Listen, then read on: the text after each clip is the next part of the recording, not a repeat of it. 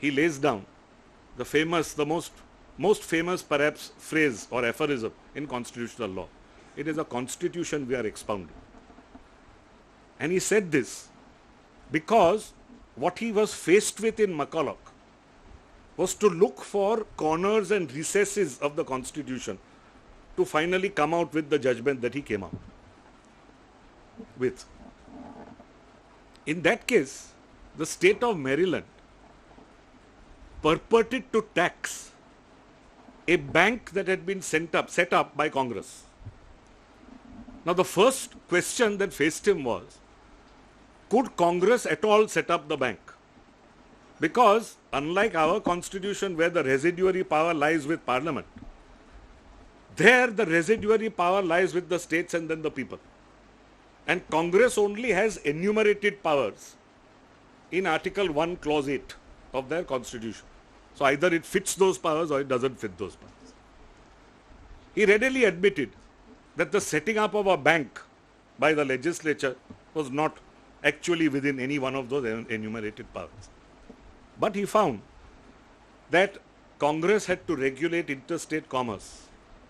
Congress generally had to see that the nation's finances were in good health, etc., etc. And then said that the last clause at the end of the entire enumeration, which says that Congress may do anything that is necessary and proper to execute what has come earlier, can be utilized in this case. Because for all these purposes, unless you have a bank, it is not possible. It is necessary and proper for the United States to have a bank, therefore, to see that the nation's finances are in good order, to see that interstate commerce, etc., is looked after by Congress. So that was hurdle one that was got over by the necessary and proper clause, which was the last clause in the enumeration.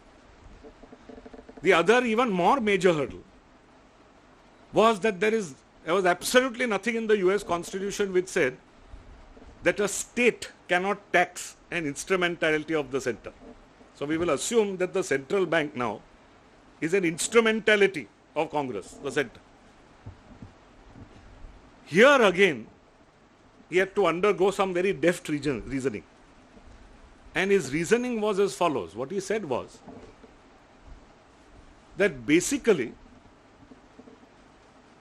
if the center were in fact to act under the Constitution, it must be free to act in all ways. There can be no clogs, burdens put on the way. Taxation is one such burden. So as a matter of inference, the very fact that the center is to act whenever there is a national disaster, whenever in national interest basically, the fact that a state may tax the center would lead to a burden. And this is where he used this great expression, it is the Constitution that we are expounding. Because never forget, we are not looking at a statute where we have to find something in the statute, go by the literal rule, go by Hayden's case, etc., etc. We have to find from the words used some principle, what he called the spirit, which must emerge from these words. And when finally we find that principle, we have to apply it in constitutional law. And applying this principle which he found from reading the Constitution as a whole, he struck down that tax. We have no such difficulty because we have Article 285 as a result of this experience. So this is case 3. Case 4 again is a very important case, Gibbons versus Ogden. I am going in chronological order. This is a judgment he laid down in 1824. And here what had happened was that the New York legislature had created a monopoly over the Hudson River and said that this is intrastate. Since it is purely intrastate, I can do what I like.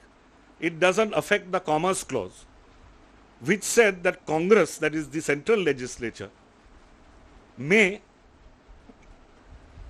regulate commerce among the various states.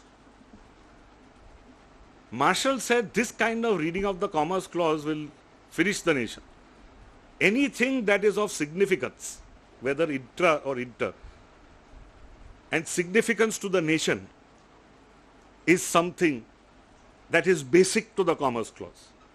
So therefore, again, you will find that in this case, Gibbons versus Ogden, he struck down the New York monopoly and said that the Federal Licensing Act went even to intrastate rivers, purely intrastate, if they happen to be of significance in national commerce. There isn't much time to tell you much else about this great man, except that, and like Lord Mansfield, he reigned for 34 years. Lord Mansfield, if you remember, was 32. This man reigned for 34. And he in fact died in harness. One of the last things, unfortunately for him, was a decision which he gave in favor of the Cherokee Indians. This again concerned the state of Georgia. Because Georgia, by legislation, tried to take away the rights of these Indians. And he struck down that Georgia legislation and said, no, you must give these property rights to these people. Andrew Jackson, who was by then president, is reported famously to have said, Marshall has decided something, let him enforce it. And it was left at that. 150 years later, in Cooper versus Aaron, this is now in 1958. So we are moving from 1834 to 1958. When desegregation was ordered by the US Supreme Court, and when the governor of Arkansas did exactly the same thing that President Jackson did 125 years before, this time the court en banc called upon the Federal Reserve and said, compel him. Now here again we have no difficulty seeing this experience because our founding fathers gave us Article 144.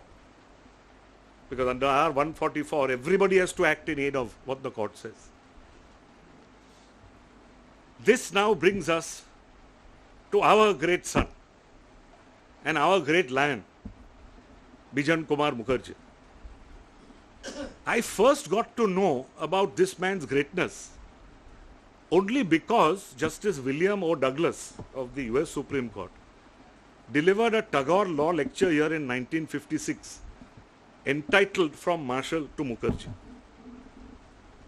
Now, the first two persons I spoke about, if you will remember, are persons who had very long spans, 132 years, 134 years.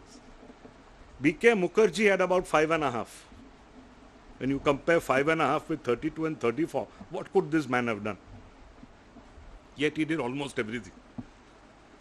Like Napoleon, he was born on 15th August. And 15th August is a day on which, as you know, our nation is born as well. Napoleon, apart from having been a great general, is considered a very great lawgiver. Now, why was he a great lawgiver? Because he personally oversaw what is called the Code Napoleon, which is a code of civil and criminal law. When he was first consul, before he declared himself emperor, he had two other consuls with him, one of whom was a man called Cambaceres, who was a lawyer. So he asked Cambaceres, go and collect the law as we have it today and give me article by article what a strict constructionist says against what a liberal constructionist says. So that when ultimately article by article the Code Napoleon was actually debated in the assembly, you had two rival views. And what is interesting is that this man was not a lawyer at all, he was a genius. On his way to Egypt, he picked up the Quran and said, I could pray like the Mohammedans in any mosque, no difficulty. This great man actually deliberated over most of the sessions in that assembly and sometimes dictated articles himself, which is why not only was it under his aegis, it was also Napoleon's handiwork, his own handiwork. And like other great lawgivers, Justinian, Muhammad, etc., he also happens to have or find a place on the frieze on the ceiling in the US Supreme Court. Now, our great son, B.K. Mukherjee, started reasonably tentatively here. One of the first great judgments that he delivered was a dissent in Dr. N.B. Khare's case, reported in 1950. Dr. N.B. Khare was a Hindu Mahasabha leader. and there was an externment order that was passed against him under the East Punjab Safety Act. He challenged the constitutional validity of the act on the newly enacted Articles 19(1)(d) and (e), which allowed you free movement throughout the territory of India. Chief Justice Kanya, speaking for the majority, upheld the sections as well as the externment order.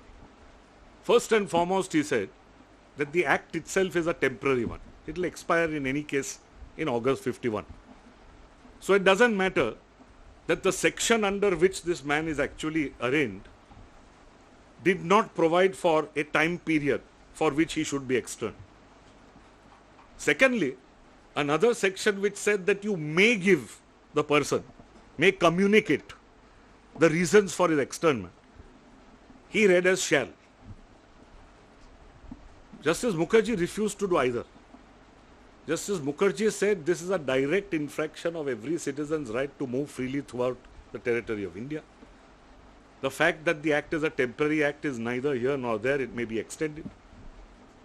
And the fact, therefore, that you may be externed without any outer period is itself a grave infraction of that right. Struck down the act as well as the order. He also refused to read the word shall in the place of the word may, saying I will do violence to the language. The legislature intended that it should discriminate in cases like this and give reasons to some and not give reasons to others. So he began with a great dissent in which he was joined by another very great judge, our Chief Justice Mahajan.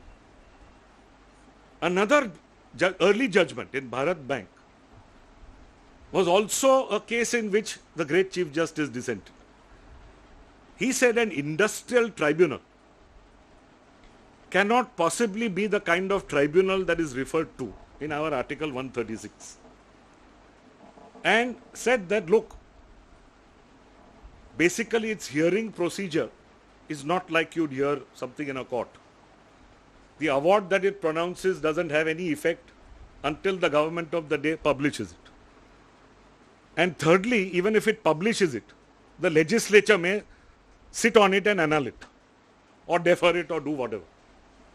So strictly speaking, again he was right, but he was in the minority. And he said the tribunal spoken of under 136 is something that is akin to a court.